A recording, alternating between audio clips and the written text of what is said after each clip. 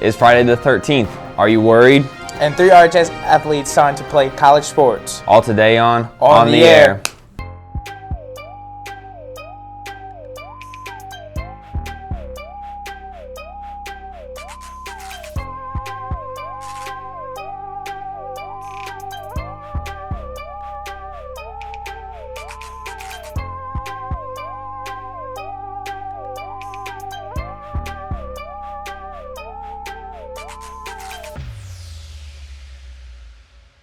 Friday the 13th occurs about 3 times in a year, but why is it considered bad luck? And does it worry you? Zoe has more.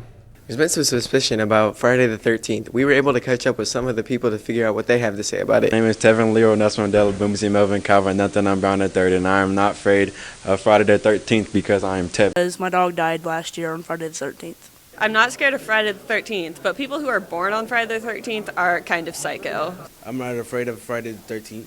I'm scared of Friday the 13th because I do not believe in false superstitions. Here's some Friday the 13th facts. It's associated with the number 13, or as the fear of 13, triskaidekaphobia. The superstition behind Friday the 13th is associated with the Middle Ages and the Last Supper. There were 13 individuals present in the upper room on the 13th of the Nisan Moon Days, Thursday, the night before Jesus' death on Good Friday.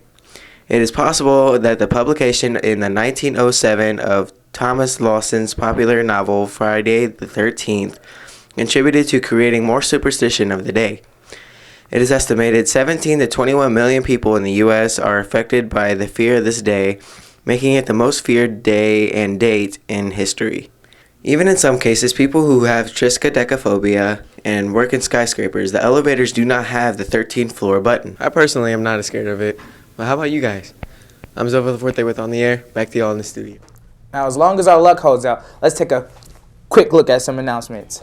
BPA, Young Life, and you can win money in a talent show. Let's see how right now. The Youth as Resources Youth Spotlight Talent Night will be December 11th at Dennis Intermediate School. All entries must be submitted by November 15th.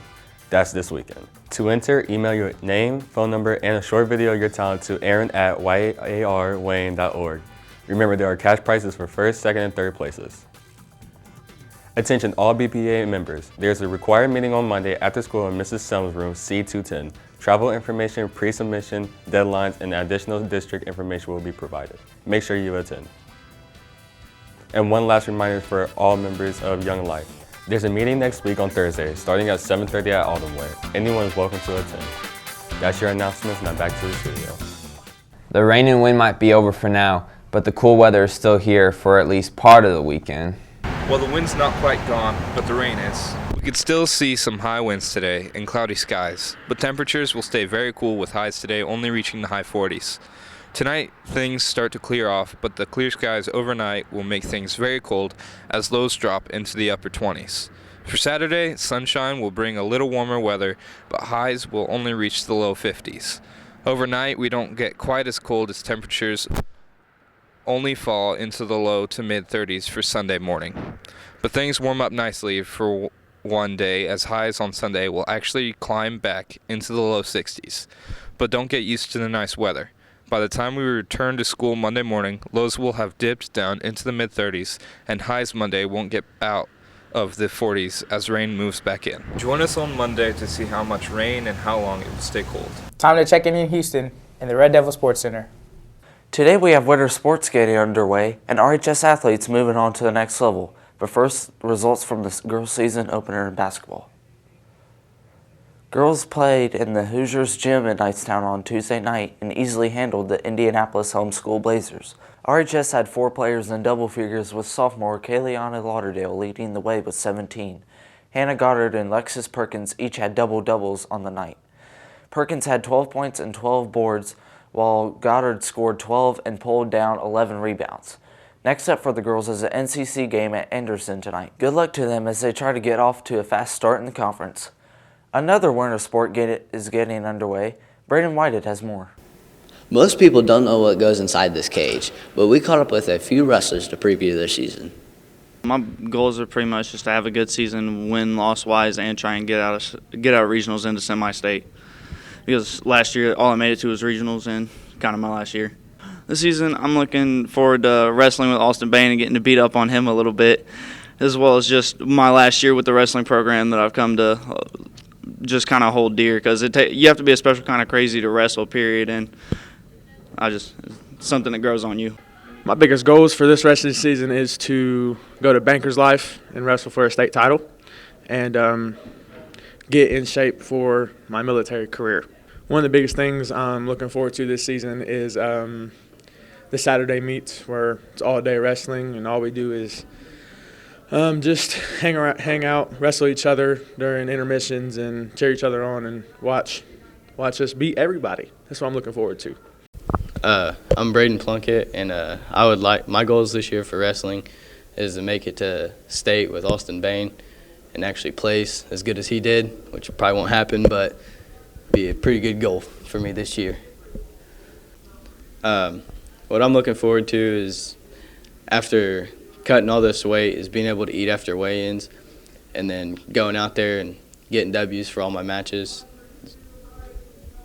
So what I'm looking forward to this season is just going to practice every day and trying to get better. I got to work, practice every day, trying to get dollars for scholarships for college and try to get a scholarship to go D1, and just looking forward to practice and practicing with Xavier O'Brien and just making him better and working him every day, and just looking forward to getting to the state.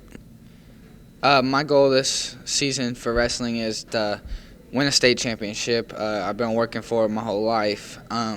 Coming off last year being a good year, I'm just looking forward to making it back to the state tournament and trying to wrestle under the lights and win my first state championship.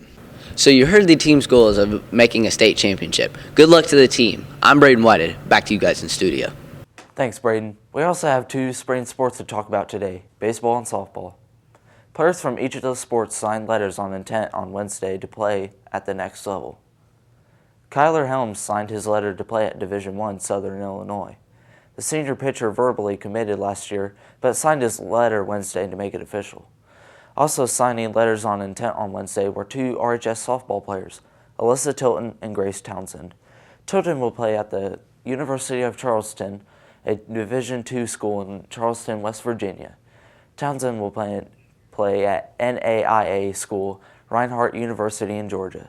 Congratulations to all three RHS athletes for getting the opportunity to move on to play in college.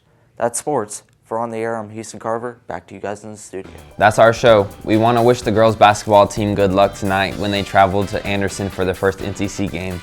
And good luck to RHS Bowling, who's in action on this Saturday. Have a great day. Bye.